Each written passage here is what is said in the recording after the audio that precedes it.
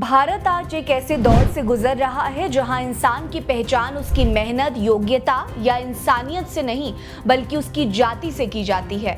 समाज में ऐसी स्थिति बन गई है कि चाहे कोई उच्च पद पर हो या साधारण किसान, यदि वो दलित या पिछड़ी जाति से है तो उसे बराबरी और सम्मान से वंचित किया जाता है। ये भेदभाव केवल सड़क पर ही नहीं बल्कि सरकारी दफ्तरों, संस्थानों तक में दिखाई पड़ता है। नमस्कार, मेरा नाम है रीटा। आज की वीडियो में मैं आपको पिछले 24 घंटों में दलितों के साथ होने वाली उन 5 घटनाओं के बारे में बताऊंगी जो सोशल मीडिया पर वायरल हो रही हैं। दलित उत्पीड़न की पहली खबर यूपी के मुजफ्फरनगर के बुढ़ाना से सामने आई है, जहां राखी बंधवाने गए दलित युवक मोनू खटिक की चोर होने के शक में हुई पीट कर कर दी गई थी।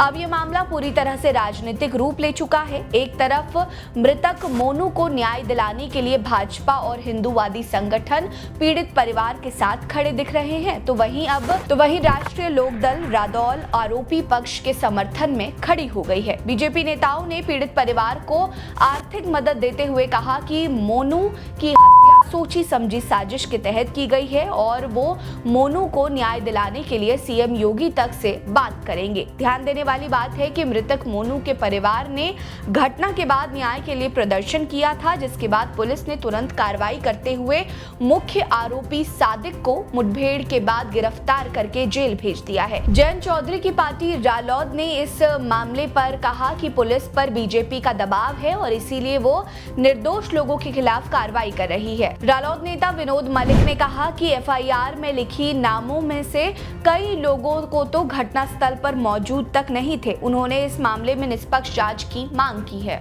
दलितों से जुड़ी अगली खबर लखनऊ से है, जहां दलित महिला की पहचान का दुरुपयोग करना एक वकील परमानंद गुप्ता को काफी भारी पड़ गया। दरअसल दलित महिला की पहचान का फायदा उठाकर 31 फर्जी मुकदमे कराने के मामले में लखनऊ की विशेष अदालत ने वकील परमानंद को आजीवन कारावास की सजा सुनाई है और साथ ही 5.10 लाख रुपए का जुर्माना भी लगाया है।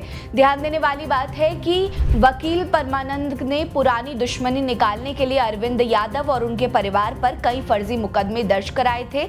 जब इस केस की सुनवाई हुई तो कोर्ट ने कई आरोपों पर सवाल उठाए और 5 मार्च 2025 को सीबीआई जांच के आदेश दिए। हालांकि सीबीआई जांच के बाद 4 अगस्त को दलित महिला पूजा रावत कोर्ट पहुंच गई, जिनके नाम का गलत इस्तेमाल किया गया था। दलित महिला ने कोर्ट के सामने अपने झूठ को स्वीकार करते हुए कहा कि जब ये सारी घटनाएं हुई वो वहां मौजूद ही नहीं थी। उन्होंने ये भी स्वीकार किया कि उन्हें मजबूर करके झूठे आरोप लगाने को कहा गया था, जिसके बाद कोर्ट ने उनके वकील परमानंद गुप्ता को मुख्य आरोपी बनाते हुए आजीवन कारावास की सजा सुनाई है। दलित उत्पीड़न की अगली खबर यूपी के संभल से है, जहां पड़ोसियों के मामूली विवाद ने बेहद गंभीर रूप ले लिया और पीड़ित को पुलिस का दरवाजा खटखटाना पड़ा। दरअसल ये मामला संभल के कोतवाली क्षेत्र के हनुमानगढ़ मोहल्ले के नई बस्ती का है, जहां 2 पड़ोसियों के बीच विवाद हो गया था, लेकिन धीरे धीरे ये विवाद हिंसक हो गया।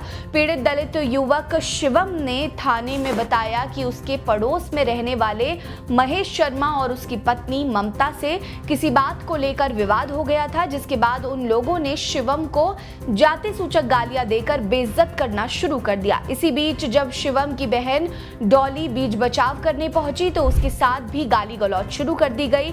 जब दोनों भाई बहन ने इसका विरोध किया तो दंपति ने दोनों भाई बहन को बुरी तरह से पीटा और जान से मारने की धमकी भी दी। दलित युवक शिवम की शिकायत पर पुलिस ने दोनों आरोपियों के खिलाफ SC/ST एक्ट के तहत मामला दर्ज करके जांच शुरू कर दी है। दलित उत्पीड़न की अगली खबर पीलीभीत से सामने आई है, जहां मनुवादी दबंगों द्वारा एक दलित बुजुर्ग महिला के घर में घुसकर मारपीट करने का मामला सामने आया है। ये घटना घुंगचाई थाना क्षेत्र के कठैया कनपारा गांव की है, जहां शांति देवी नाम की एक दलित बुजुर्ग महिला अकेले ग्राम समाज की जमीन पर अपनी झोपड़ी बनाकर रहती है, लेकिन गांव के ही कुछ मनुवादी दबंगों की नजर उस जमीन पर है। मनुवादी दबंग किसी भी तरह से महिला को वहां से खदेड़ कर उस जमीन जमीन पर अवैध कब्जा करना चाहते हैं, लेकिन दलित महिला अपना घर छोड़ने के लिए तैयार ही नहीं है। इसी को लेकर 16 अगस्त की रात करीब 12 बजे महिला की झोपड़ी में दबंग घुस आए, बुजुर्ग दलित महिला के साथ मारपीट की और उन्हें जाति सूचक गालियां भी दी। महिला ने बताया कि लोग जमीन खाली करने के लिए लगातार उन्हें परेशान कर रहे हैं। रिपोर्ट्स की माने तो मारपीट करने के बाद मनुवादी दबंग उस महिला की झोपड़ी के बाहर बंधा एक बकरा भी ले गए। महिला ने घुंगचई थाना में इसकी शिकायत दर्ज कराई है। मामले की गंभीरता को समझते हुए पुलिस ने तुरंत जांच शुरू कर दी है। फिलहाल इस मामले में अभी तक कोई गिरफ्तारी नहीं हुई है। दलितों से जुड़ी अगली खबर बांदा से है, जहां की दलित बस्तियों की हालत देखकर किसी का भी कलेजा फट जाएगा। वैसे तो सरकार सबका साथ सबका विकास की बात करती है, लेकिन दलितों की बस्ती का हाल आज भी बेहद दयनीय है। जी हां, यूपी के बांदा जिले के पहलानी तहसील के इच्छावर गांव में दलित बस्ती में सड़कें तालाब में बदल गई हैं। सरकारी तालाब का पानी सड़कों पर बह रहा है और दलितों के घरों में घुस रहा है। स्थिति ऐसी है कि वहां रहने वाले लोगों के लिए सड़कों पर निकलना तक दुभर हो गया है। गांव के मुख्य मार्ग पर ही जलभराव के कारण कई तरह की बीमारियों के फैलने का भी खतरा बना हुआ है। दलित समुदाय प्रशासन से भी कई बार गुहार लगा चुका है, लेकिन कोई सुनवाई नहीं हो रही है, जिससे स्थानीय लोगों की चिंता और बढ़ गई है। मुख्य मार्ग होने के कारण ना तो लोग काम पर जा पा रहे हैं और ना ही बच्चे स्कूल जा पा रहे हैं। लोगों को डर है कि कहीं गंदे पानी के कारण वे बीमार ना पड़ जाएं। दलितों से जुड़ी इन खबरों पर आपकी क्या राय है, हमें कमेंट सेक्शन में जरूर बताएं। साथ ही वीडियो को लाइक कर लीजिए, चैनल को जरूर सब्सक्राइब करिए, हमारे साथ बने रहिए। नमस्कार।